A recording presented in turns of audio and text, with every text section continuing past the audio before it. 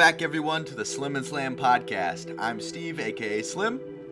And I'm Slam, aka Caleb. We're back with another episode, another week. This is week 2 of the first season. So thank you for joining us once again, listening to us ramble for a little bit. Today, we've got a great topic for you. We're going to talk about why video games are dead and nothing is fun anymore, and we're also broke. That's also true because of freaking addictions with CSGO crates and just spending money on games that don't even make sense anymore. What are we getting into? You say addictions plural, like it's not just you having a gambling problem. What are you talking about? I mean, yes. I mean, it spreads out to multiple games. You know, I have a Rocket League addiction now. Yeah, and but you know that one you can't spend money on something you don't know. Well, true. I mean, CSGO is the biggest money pit that I've ever known, besides cars. I guess that is an addiction, isn't it? I have multiple cars sitting out in the parking lot.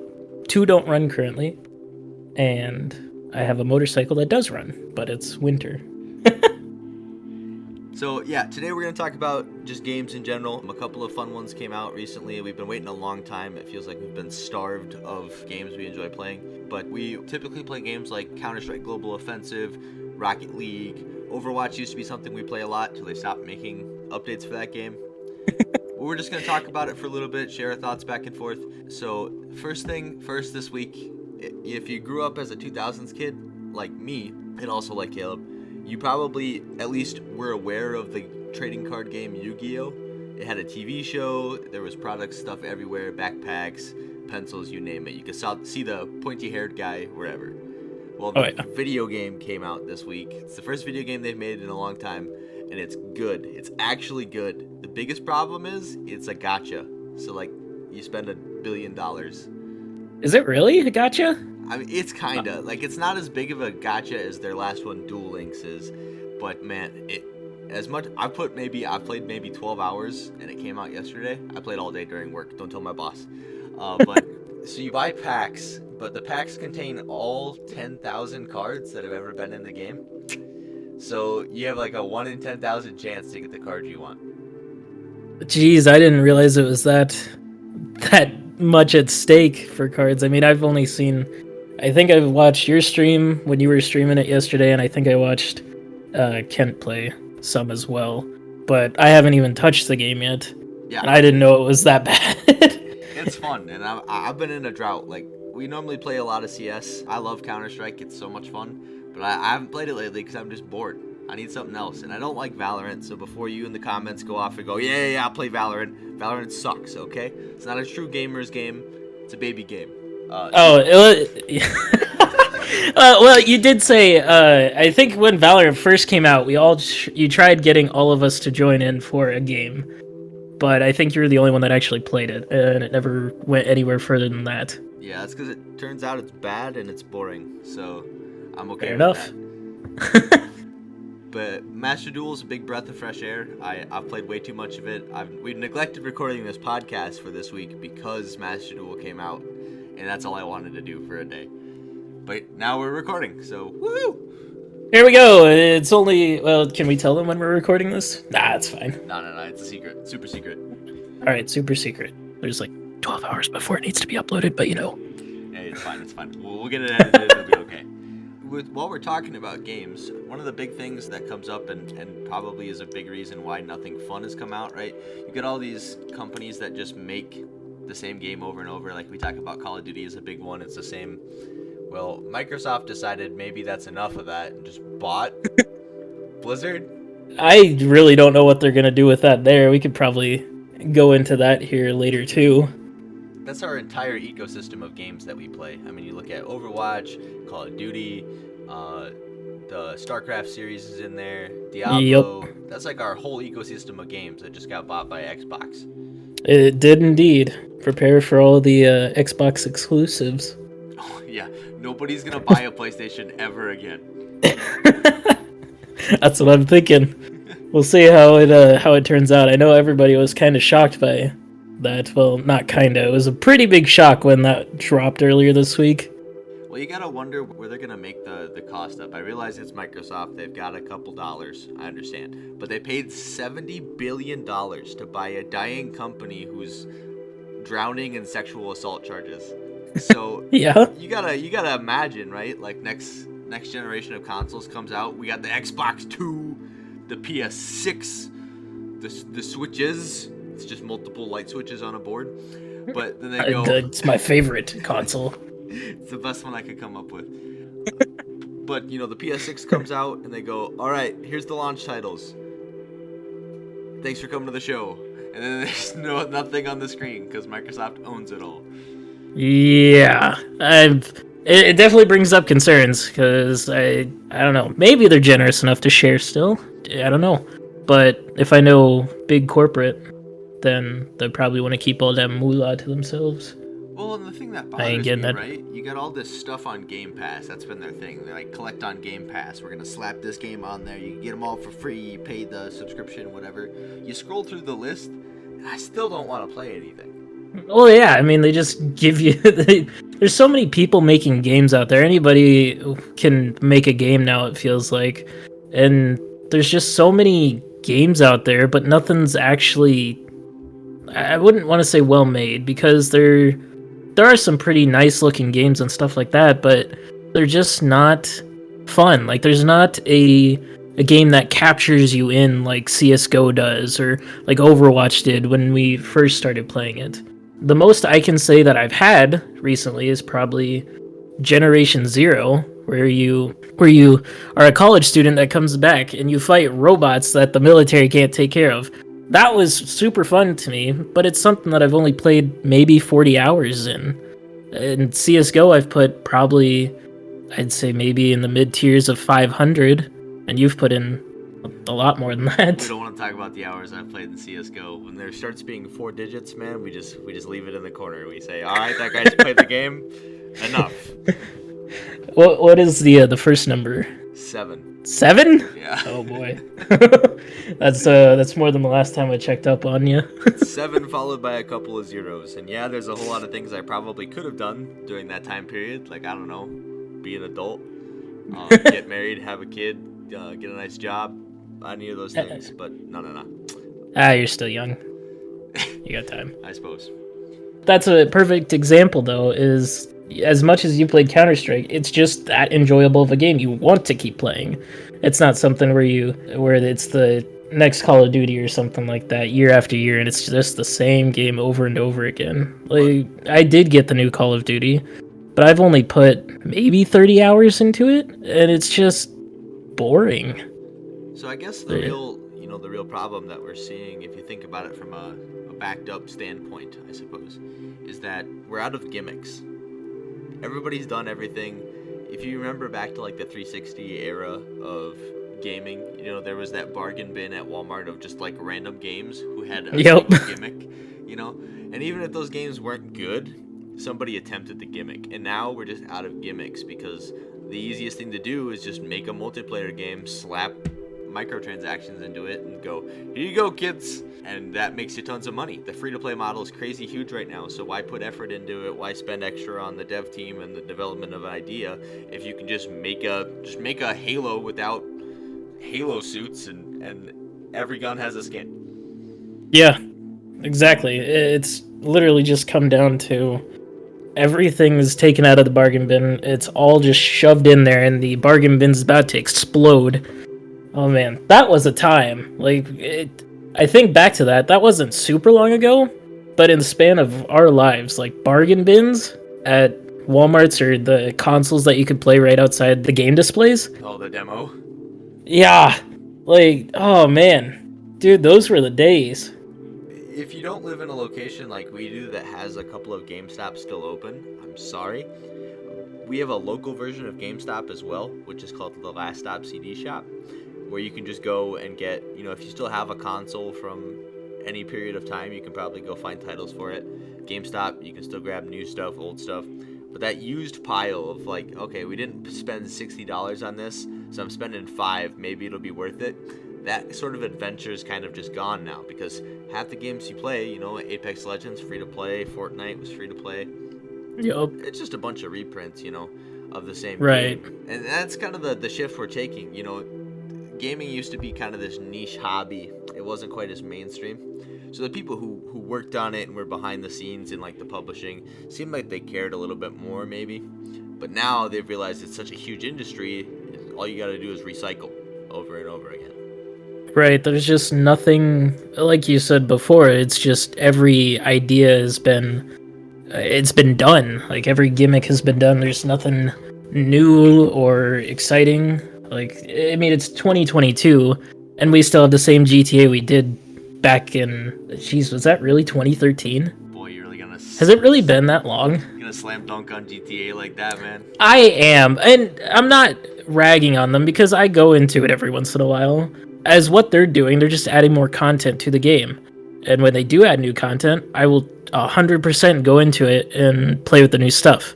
Like the new missions that they came out with recently where Franklin comes back. Spoiler alert. But, I mean, it's just enjoyable that way, and I don't have to spend more money on the game. Well, kinda because I mean, you always have to buy a new storage house or a new base for each one, so I guess in that aspect you do have to spend money, but it's worked for them so far. Every piece of content for GTA that's come out since 2017 has been the same thing with a different face. Go buy the auto shop, go buy the arcade, get the missions from the arcade, go buy the casino. Like, that was it. You just buy a thing, it gives you like 10 missions, and then you have a bunch of money, there's a new car, and we do it again next year. Yeah, that's essentially the play-by-play, but you don't have to spend real money on it. So I feel like that's the bonus in it, but it's literally just like COD where they come out with a new game every year. They come out with a new update that's the exact same as the last one, only you buy a new place and go fight the military again. See, the problem with COD is they ran out of wars, right? We need to have another war to inspire a new COD. You say we gotta declare war to get our games? Yeah. When Russia invades Ukraine, then we're gonna make a COD out of that. I mean, yeah, I suppose. How do we do this without our content? The bad guy's not named Makarov. Woo! I think the next COD is just gonna be space. You're gonna have. Shut up! I know that they needed to go do space again, and the only weapons you're gonna have are a laser, a nuke, a space nuke, and the I want to say it was the satellite from the G.I. Joe movie. I'd have to go back and look from it, but where they blow up all the nukes in the atmosphere, and then the guy's like, ha ha ha, presses the button and blows up London with like a steel rod or something, I'm pretty sure. I'd have to go and look at the G.I. Joe movie. That was so long ago. They're tungsten rods dropped from space. And the idea behind it is that tungsten is a really dense metal, so if you drop like a 30-foot pole of tungsten, it's like 40 megatons of force, which is like 6 atomic bombs or something like that. That's the concept behind that movie. But okay. Well, I'm glad you knew what I was thinking, because I was blowing it there. What's the difference between a space nuke and a regular nuke? A space nuke is nuke in space. That's it? That's it. Like we got normal nukes and then we got space nukes. It's like when they made Muppets in space. They're like, oh, what's the gimmick of this movie? It's just to win the title, dude. That's exactly what I want. Alright, well, while we reminisce on movies entirely off topic, let's cut to a quick ad break, and we'll see you back in just a couple minutes. Thanks everyone again for joining us on this journey through the podcast. I realize there's some audio issues in this one, but we're working through them, and remember, this is a learning experience for us as well. If you're enjoying what you're hearing, feel free to subscribe to the YouTube channel or check us out on Spotify at the link in the description. Other than that, if this is an ad space you'd like to occupy, feel free to let us know at slimandslam.podcast@gmail.com. Alright, let's get back to the show. Alright, thanks for listening to that ad for us, folks. Welcome back to the show. Now, to open up the second half of this podcast, Caleb has pulled up some lists of the big name games of 2021. Top selling, most hyped, that sort of thing. And so he's kind of going to run through some of that information, and we're going to react to it and talk about it as we go. And yeah, I did. But this just doesn't make any sense. Like, when you look at the top 3, according to redbull.com, which is weird. I don't know why they have a... redbull.com, the largest source of video gaming ever. I mean, come on. It's You know it's gonna be good, and I would not disappoint when I have these top 3. You won't believe what number 2 is. All right, says. Survey says that number 3, at 4.5 million copies sold in the first 2 months, Resident Evil Village. Village came out in 2021. Yes. Is that number 7 or 8? That is 3. Red Bull only has the top 3 because they're too cool for the other. Which Resident Evil is that? Is that 7 or 8? Oh, jeez. I don't even know. Let me go look. Is that the VR one? Yes, I believe so. Holy Resident Evil Village. 2021, man. Resident Evil list. We have... that is... Oh, wow. 7, yeah. So we've got Resident Evil Apocalypse in 2004, Resident Evil Extinction in 2007, Resident Evil Afterlife in 2010, Resident Evil Retribution in 2012, Resident Evil The Final Chapter in 2017, clearly it wasn't, Resident Evil Welcome to Raccoon City in 2021. That's insane. There's been 7 Resident Evils in the last 2002 to 2021. That is 19 years, isn't it? Yep. That's insane. So quick little story about Resident Evil for me. I played through Resident Evil 4 as a kid on the PlayStation 2. I played it again when I hit college. Or not quite college. I think it was right at the end of high school. I played it again. I think I remember you mentioning that. Something about that. I played it again, and one of the big things I wanted was, I said, these controls suck, I want better controls, and it'd be nice to be able to play with a friend, because Resident Evil 4 is single player. So then, a couple years down the road, Resident Evil 5 comes out. And I was like, wow, this is sick, they made co-op, this game is amazing, there's so much cool stuff. I wish I could swap cameras from shoulder to shoulder, because it's in third person. So then they were like, oh, look at this. Resident Evil 6. It's the same exact game, except you can swap cameras over the shoulders. And I was like, whoa! This is sick! Greatest evolution of games ever. Alright, that's my Resident Evil story. Good times. So, Village is number 3. Village is number 3, yeah. Okay. Which, that doesn't make sense. What... Resident Evil Village, because that's not... When I look back at Wikipedia, which is also a great reliable source... Resident Evil Welcome to Raccoon City is the one from November 24th, 2021. So what is Resident Evil Village? So maybe Red Bull's a little wrong. I don't know. let's check out the rest of it. What's number 2? Take a guess at what genre of game that number 2 is. Is it The Sims? A sim. Like, it is not a sim, actually. No, like The Sims, like little people who don't speak English. The actual Sims games. No, it is not. Dang. This is going to make you question Red Bull. Number 2, at selling over 2 million copies sold by July in 2021. The show, MLB The Show 21. That's fair. I think people were really excited about that one for some reason. Okay. Was it the first one? That might be the first time the show was on Xbox. I could be wrong. Could be wrong, but I remember Christian, our resident baseball guy, was really excited about it for some reason. Huh. All right. We'll have to ask him about it, because it surprised me quite a lot. Just because, I don't know, when I think of popular games, sports don't necessarily come to mind, just because they just feel like they don't get played as often as other games would. Well, like when you think of something like Call of Duty as compared to football or that's true. Major League Baseball. I was gonna say they make a new one every year, so they must sell, but COD makes a new one every year, so right. I guess you got me there. Okay, so Resident Evil 7 is number 3. The show is number 2. What's number 1?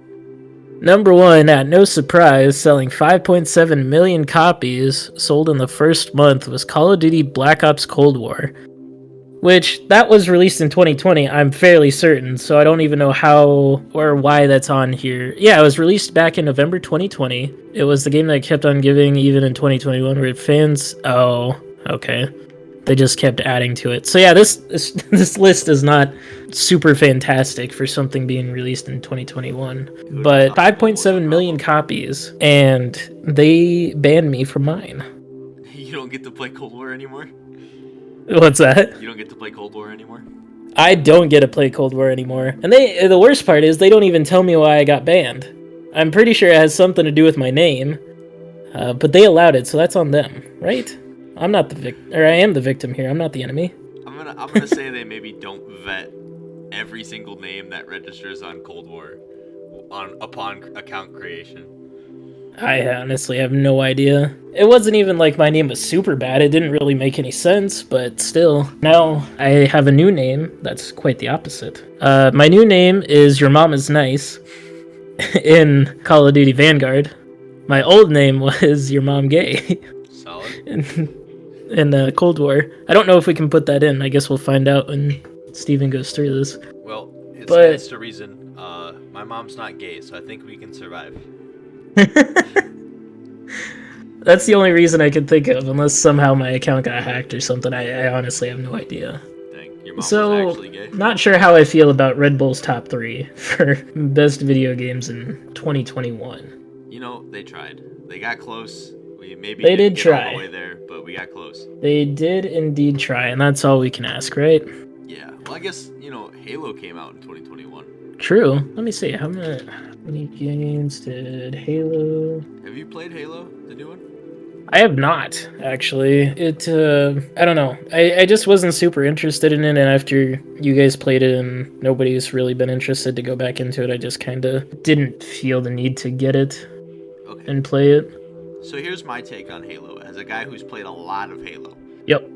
So they made 4, which I loved. 4 was amazing. I don't care what anybody says, 4 was good. If we lose all the viewers of the podcast because I just said 4 is good, then understandable. Then they made 5, and all 5 did was, okay, let's take the idea of Halo, shove it through a blender, and pop out a game that's difficult to play. That's what 5 was.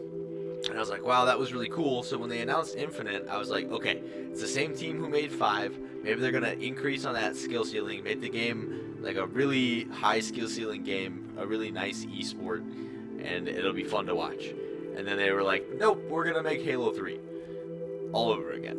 So it isn't what I was looking for. It's a good game. It's Halo. There's nothing nothing crazy about it. It's a good Halo game. They made a good Halo, which is what a lot of people wanted, but it's not what I wanted. So therefore, I'm upset. Well, did you write a letter to them? Did you send them a nasty email? I'm pretty good friends with all the 343 guys, definitely. No joke, definitely not joshing one bit. I sent them my list of, this is what I want in the game, and they sent it back to me in a box filled with glitter. So when I opened it, it put glitter all over my house. That sounds about right. It sounds like he took Mark Rober's package or something. Yeah, just about. Got glitter bombs. He's got as many videos of doing glitter bomb packages now than as many games that are in the Resident Evil list. It's at least a few. Oh yeah. All right. So how many copies do you think Halo Infinite sold? At least 12. At least 12? You're right there. I'm gonna guess. Let's say 3 million. Uh-oh. I made a mistake. This is giving me everything from... This is giving me all their copies sold. You have all of the copies of Halo? I have every copy. Dang, it's no longer free to play. Because it talks about the... Yeah, it's no longer debatable now.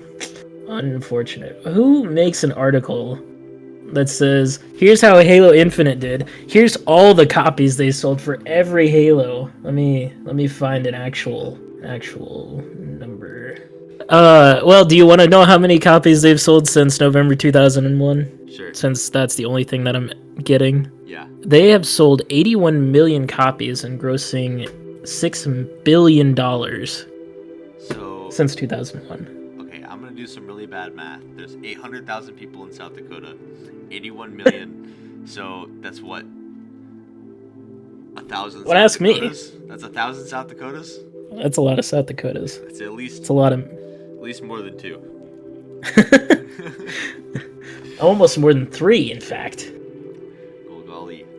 So, basically what you're telling me is Halo's the best game of all time, and nobody should make games anymore? I'm thinking that we say CS is the best game of all time. All right, let me And break nobody it down needs to make you. games anymore. Let me break it down to you why CS is the best game of all time. Imagine every game you've ever played where you have to push lots of buttons. Now take all of those away but 4.5. You got forward, backward, left, right, and crouch. And also shoot. And that's it.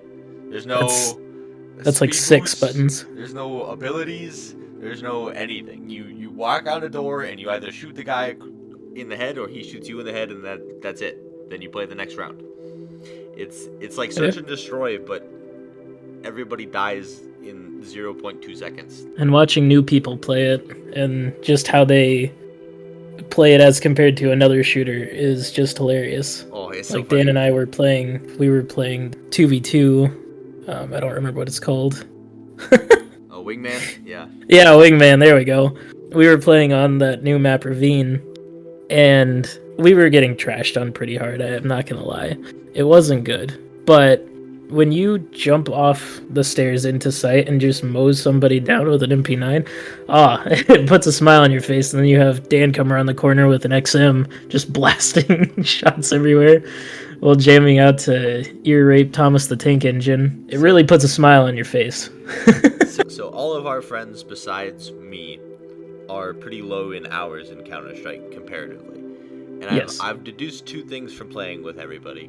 Number 1 is you can always see what kind of person somebody is when they panic in Counter-Strike, because when a guy walks out when you're not ready, the mouse goes crazy. I mean, no, I'm feeling slightly attacked because I've heard this conversation before, I'm pretty sure. I don't know was in how the middle many of the game when times- you were watching me. Yeah, I don't know how many times a game I go, don't panic, don't panic, don't panic. When somebody is shooting at somebody, it's a 1v1 last alive and the mouse is going everywhere. So that's number 1. And the second thing that I've learned is that Caleb plays the game only because it has Slam. This is a true fact. So I only came back because of Slam. Slam is a program that takes your voice, like comms in the game, and changes them to play MP3s. Exactly, and I've got so many MP3s that are more than just songs now. I've got the best vines that I play. I've got the Jeopardy music, in fact. I've got a song or a vine for every situation that we will end up in Counter-Strike, and you can bet that I'm going to play it each and every time. Without fail, he does. Every time there's a 1v1 clutch, it's a mano, the world is on the line, Mission Impossible theme song comes out. Every time somebody whiffs an entire spray, the little little circus song that comes out, Or like what we had the other day where it was just pure pandemonium trying to get on the Inferno A site. I had Benny Hill's Yakety Sax playing. And You played that while I was clutching. it was like so a 1v4 and Caleb's playing that Yakety Yak song. Because everybody was freaking out. I only played it originally because 2 of our guys got nailed out of apps, and I started playing it then, and then you clutched it. So it didn't make much sense then to you, but it was hilarious to us. Well, lesson learned, I'm a gamer, and I always win. Did you know they came out with a new Worms game last year? A new Worms game? Yeah. Worms Rumble, apparently. I gotta see this. I'm just going through all the games that were released last year, which it's something. Like, there's just... Oh, Worms Rumble is the, it's the flat 2D shooter. Like Right. one of those old school Flash games where, 2D shooter type. I'm pretty sure it was a Flash game at one point, and now they have new versions. Apparently, it's also on PlayStation, Xbox, and the Switch now. You can play Worms on the Switch. Play everything on the Switch, dude. It's got touch controls. True. I'm gonna have to play Worms now. All right. Well, thanks for joining us this week. Caleb's gotta go play Worms on his Switch, and I gotta go edit this video. So we'll Switch is, and actually, don't yeah, mean to the new interrupt, but Switch is. The new Switch is. So we'll see y'all next week for the next episode of Slim and Slam. Thanks for joining us. Have a good one, everybody.